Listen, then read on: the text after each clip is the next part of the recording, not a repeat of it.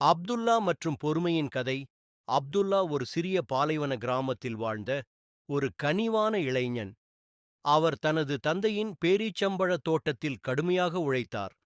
அவரது புன்னகைக்காக எல்லோரும் அவரை அறிந்தார்கள். ஆனால் உள்ளே அப்துல்லா ஒரு பெரிய சோதனையை மேற்கொண்டார். ஒரு வருடம் பயங்கர வறட்சி வந்தது.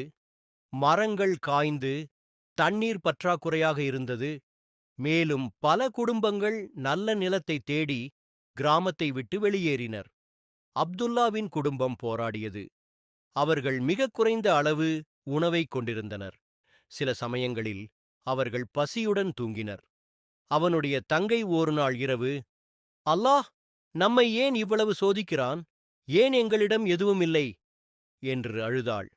அப்துல்லா மெதுவாக பதிலளித்தார், என் அன்பு சகோதரியே, அல்லாஹ் குர்ஆனில் கூறுகிறான், நிச்சயமாக கஷ்டம் எளிதாகிறது. நாம் இப்பொழுது பொறுமையாக இருந்தால் அல்லாஹ் நமக்கு நல்லதை வழங்குவான். நாட்கள் கடந்தன. வறட்சி இன்னும் அதிகமாகிவிட்டது. பணத்திற்காக கிராமத்தை விட்டு நகரத்தில் வேலை செய்யும் வாய்ப்பு அப்துல்லாவுக்கு கிடைத்தது. பலர் அவரிடம், போ, உன்னை காப்பாற்றிக்கொள், இங்கே உன் நேரத்தை வீணாக்காதே என்று சொன்னார்கள். ஆனால் வயதான மற்றும் பலவீனமான தனது பெற்றோரை அப்துல்லா நினைவு கூர்ந்தார். நான் போனால் யார் பார்த்துக் கொள்வார்கள் என்று நினைத்தான். எனவே அவர் பொறுமையை தேர்ந்தெடுத்து தங்கினார். ஒவ்வொரு இரவும் பசியுடன் கூட அப்துல்லா தஹஜுதுக்காக எழுந்து துவாவில் கைகளை உயர்த்துவார். யா அல்லாஹ், எங்களுக்கு நிவாரணம் வழங்குங்கள், எங்களை மன்னிப்பாயாக.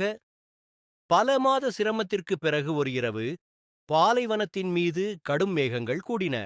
மழை பெய்ய ஆரம்பித்தது. வறண்ட நிலம் மீண்டும் புதியதாக மாறியது. புளிய மரங்கள் புத்துயிர் பெற்றன. கிணறுகளில் தண்ணீர் நிரம்பியது.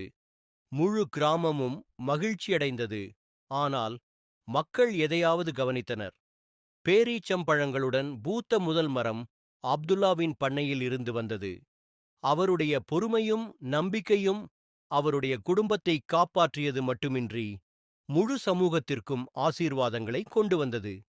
மக்கள் அவரிடம், இந்த கடினமான மாதங்களில் நீங்கள் எப்படி வலுவாக இருந்தீர்கள்? அப்துல்லா புன்னகையுடன் பதிலளித்தார், நான் பொறுமையையும் பிரார்த்தனையையும் கடைபிடித்தேன்.